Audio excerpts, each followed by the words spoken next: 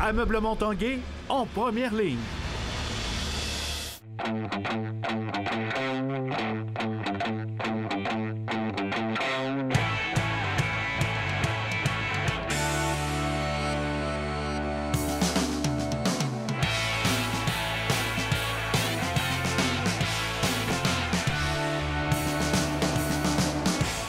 À tous, un bon jeudi. Bienvenue à l'Esprit sportif. Dans l'émission aujourd'hui, un peu plus tard, on vous présente un reportage sur un équipage de Québec qui est de retour du championnat mondial de catamaran. Ça se passait en Floride. Mais d'abord, on parle de hockey scolaire. Depuis quelques années déjà, l'Académie Saint-Louis offre son programme études sport hockey et le programme Prep School, évidemment, pour les étudiants de 4e et 5e secondaire. Ça leur permet d'affronter des joueurs du Nouveau-Brunswick, de l'Ontario, également de la côte est américaine. Le reportage de Jonathan Fournier.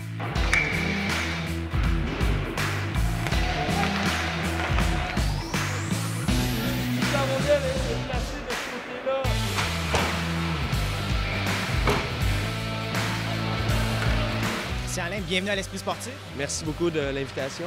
On part de la base. Qu'est-ce que ça veut dire Prep School pour une équipe de hockey ici à Québec? Prep School ici à Québec, c'est à l'Académie Saint-Louis. C'est une équipe qui offre aux joueurs qui y participent des options, d'ouvrir vers des options diverses. Le but ultime, c'est qu'ils puissent poursuivre leur cheminement académique et sportif au niveau postsecondaire. Donc, on veut leur offrir une multitude d'options. On connaît les options au Québec, le collégial, entre autres, mais on connaît moins d'autres options. Le réseau régulier au Québec, c'est pour un joueur d'élite, c'est le MJ 3, c'est la LHJMQ, mais c'est pas ouvert à tous. Nous, on permet à nos jeunes de découvrir d'autres options. On voyage en Ontario, au Nouveau-Brunswick, aux États-Unis pour permettre aux jeunes de découvrir d'autres options pour leur étude postsecondaire, justement, dans le but qu'ils atteignent cet objectif-là de poursuivre leur cheminement académique et sportif dans le plus longtemps possible, si on veut. Ça permet aux jeunes d'aller visiter des écoles pour potentiellement poursuivre leurs études postsecondaires. Le but de tout ça, c'est vraiment d'ouvrir le plus d'options possible. On connaît dans les dernières années au Québec le collégial D1 qui a fait son retour de ce côté-là. On connaît déjà le junior majeur, évidemment, mais c'est pas accessible à tous les joueurs. Il y a quand même, je pense, une douzaine d'équipes au niveau collégial D1. Ça amène une autre porte pour les joueurs pour poursuivre leurs études, mais en pratiquant le hockey aussi de ce côté-là. Rapidement, pour donner le plus de temps possible pour mettre la main sur la rondelle. On est dans la ligue qu'on appelle la NEPSAC. Donc, c'est une ligue aux États-Unis qui est la New England Preparatory School Athletic Council, qui rejoint des écoles, là, si on veut, de l'Est des États-Unis. Un peu comme le RSEQ ici au Québec ou la LHPS également. Donc, c'est un organisme qui gère les sports, si on veut, là, au niveau scolaire dans ces écoles-là. C'est des écoles là, qui sont accessibles, là, un peu comme les cégeps ici, mais aussi pour des jeunes d'âge secondaire. Qui veulent poursuivre avant l'université. C'est des écoles préparatoires universitaires, si on veut.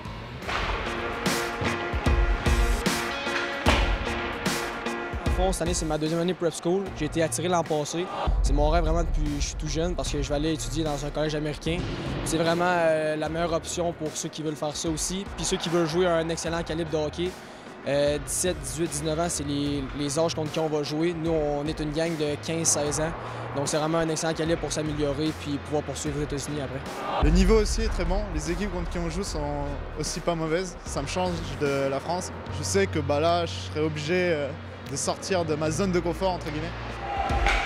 Au-delà de l'expérience sportive, c'est une expérience culturelle, sociale également, où est-ce que, évidemment, dans nos voyages, on visite les écoles où est-ce qu'on affronte. On mange à la cafétéria de l'école, on rencontre les gens de l'admission, on rencontre les entraîneurs.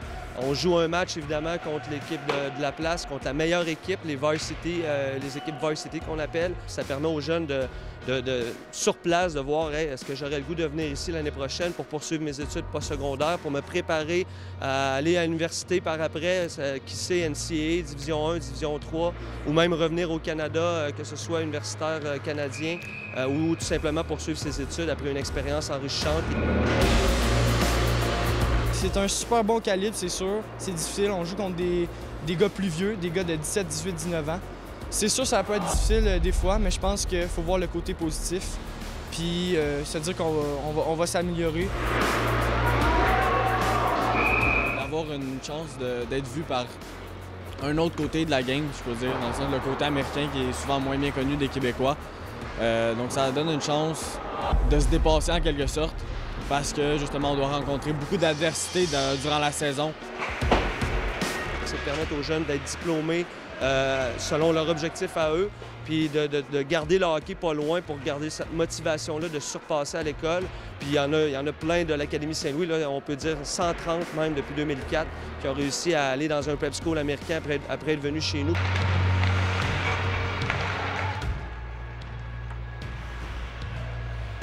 À 7 ans ici au Québec, je suis en mesure de dire que le calibre des prep schools, c'est du midget 3A, donc c'est un très bon calibre de hockey. Bonne saison, merci beaucoup. Merci à toi.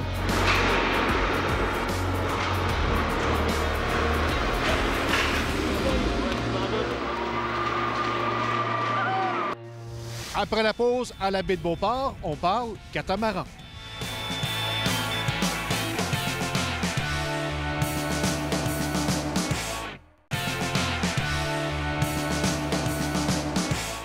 Par les temps qui courent, les catamarans se font très rares sur la baie de Beauport, mais il y a quelques jours, il y avait quand même plusieurs dizaines de catamarans qui participaient au championnat du monde qui avait lieu à Sarasota, en Floride. Et il y a un équipage de Québec qui a très bien figuré au cours de cette compétition.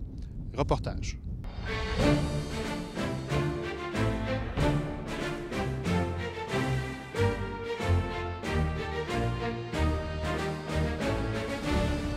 Émilie et Maxime, bienvenue à l'Esprit sportif. Merci. C'est tranquille à la baie de Beauport au niveau du catamaran, mais vous avez fait du catamaran il y a quelques jours seulement à cette compétition mondiale en Floride. Qu'est-ce que c'était, Maxime, cette compétition-là? Dans le fond, c'est le championnat mondial de catamaran de classe F18. F18 qui est les Formules 18, dans le fond. C'est la classe de catamaran la plus populaire au monde. On avait l'équivalent, je pense, de 14 différentes nations qui étaient représentées là-bas. Parle-nous, Émilie, de vos performances, de vos résultats. Donc, après 5 journées de course, on a réussi à se classer au classement final 24e sur, je crois, 79 bateaux. On est aussi classé la première équipe canadienne aux mondiaux et la deuxième équipe mixte mondiale. Donc, on est quand même bien fiers de nos résultats. On a eu des conditions assez difficiles. On a eu des vents légers, turbulents, mais un plan d'eau qui était très, très difficile à lire. Donc, c'était difficile de voir d'où le vent venait, la force du vent, quand il y avait des rafales ou des trous de vent. C'était assez particulier. Pourtant, nous, on est quand même habitués de naviguer sur un plan d'eau, pas évident, la baie de Beauport. Il y a beaucoup de rafales, le vent est turbulent aussi. Beaucoup de chaleur, beaucoup de bateaux sur la ligne de départ. C'est assez impressionnant quand tu n'as jamais vécu ça. Moi, je suis habituée à des lignes de départ de 10-15 bateaux maximum. Là, tu as 80 bateaux sur la même ligne, alors... C'est que tous les bateaux partent en même temps. Il y a une séquence de départ qui se fait, dans le fond, un parcours de course de voile. Il y a des bouées qui sont mouillées, puis on fait le tour des bouées. Et la ligne de départ est marquée par un bateau comité et puis une bouée, puis c'est une ligne imaginaire qu'on voit. Donc, il y a une séquence de drapeaux qu'on lève, on doit se synchroniser avec la séquence de drapeaux. Puis on approche, les 79 bateaux approchent en même temps de la ligne et à 0, on part tous en même temps. Donc, ça joue du coude sur les lignes de départ. Moi, personnellement, je trouve ça super excitant. Qu'est-ce qui vous a amené à vous présenter à cette compétition-là? Est-ce que vous avez dû vous qualifier? Vous êtes la seule équipe de Québec? Il n'y avait pas de qualification particulière. En fait, je pense que ça fonctionne, que tu as une limite de bateaux par pays selon le nombre d'inscriptions dans ta classe. Donc, nous, on a la CAN F18 qui regroupe tous les bateaux canadiens F18. Puis, selon l'inscription annuelle, tu as le droit à tant de bateaux pour les mondiaux. Nous, ça faisait 2 ans qu'on se pratiquait ensemble. Puis Maxime, vu qu'il avait déjà fait des mondiaux, il avait le désir d'y aller vu que c'était en Amérique, parce que ça coûte beaucoup moins cher qu'en Europe. Donc, on en a profité pour expérimenter cette expérience-là. Je suis très, très fier de ma partenaire parce que quand même, comme équipage mixte, on a réussi à terminer 2e équipage mixte au monde. Puis le fait qui est très, très intéressant, c'est que le catamaran est un sport olympique aussi. Et puis le sport aux Olympiques, c'est présenté sous forme d'équipage mixte. Donc, j'ai déjà fait une campagne olympique, moi, dans le passé. Et puis, c'est sûr que pour l'instant, on s'entraîne sur le F-18, qui est le bateau le plus compétitif. Mais éventuellement, je ne ferme pas la porte à peut-être y retourner un jour, si Émilie veut bien. Mais c'est sûr que ça demande beaucoup d'engagement.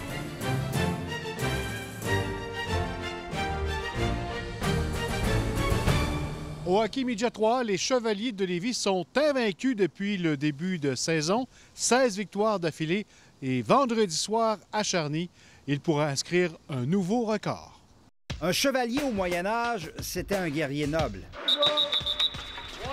Eh bien, ceux de Lévis en 2018 sont invaincus. Mais c'est sûr que c'est le fun, c'est le fun en tant qu'équipe. C'est sûr, tout le monde en parle, mais on essaie de rester concentré sur la game puis pas trop y penser. C'est dur des fois. On a une gang de gars qui se contentent pas de seulement égaler un record. Là. On a vraiment une gang de gars spéciaux qui veulent vraiment aller chercher ça puis l'avoir à eux tout seuls.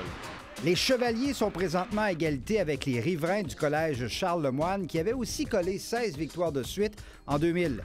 Difficile d'éviter le sujet du record. Tout le monde en parle, on entend parler, pas juste à l'aréna, mais partout où on se promène dans l'école, on se le fait dire, mais faut pas trop y penser, sinon ça va affecter notre performance. Est-ce que c'est une source de distraction? Ouais, c'est sûr, c'est une distraction, mais comme je viens de dire, faut pas y penser, faut pas se mettre de la pression avec ça. On n'a pas toujours joué 16 bons matchs, mais on a toujours trouvé des façons, évidemment, de remporter les victoires. Message de l'entraîneur-chef Mathieu Turcotte est donc souvent répété aux joueurs des Chevaliers. Comme je leur ai dit, il n'y a pas de championnat qui s'est gagné au mois d'octobre. Donc, on va essayer de s'améliorer pour la fin de la saison. Alors, ils ne peuvent savourer pleinement, pour le moment, ce qui leur arrive, cette série de victoires consécutives. Bien, je pense que ça va être plus tard parce qu'en ce moment, on est dedans, là, puis on s'en rend compte, mais pas encore au complet. Mais Lévis est encore assez loin du record absolu qui est de 25 victoires consécutives réalisées lors de la saison 84-85 par l'ancêtre du Blizzard du séminaire Saint-François, les gouverneurs de Sainte-Foy, qui étaient menés à l'époque par un dénommé Joey Junot et Benoît Gros, aujourd'hui entraîneur dans la Ligue américaine. Stéphane Turcot, TVA Sport, à Lévis. Et voilà qui complète l'esprit sportif pour aujourd'hui. Soyez à rendez-vous demain, même heure. Bye bye.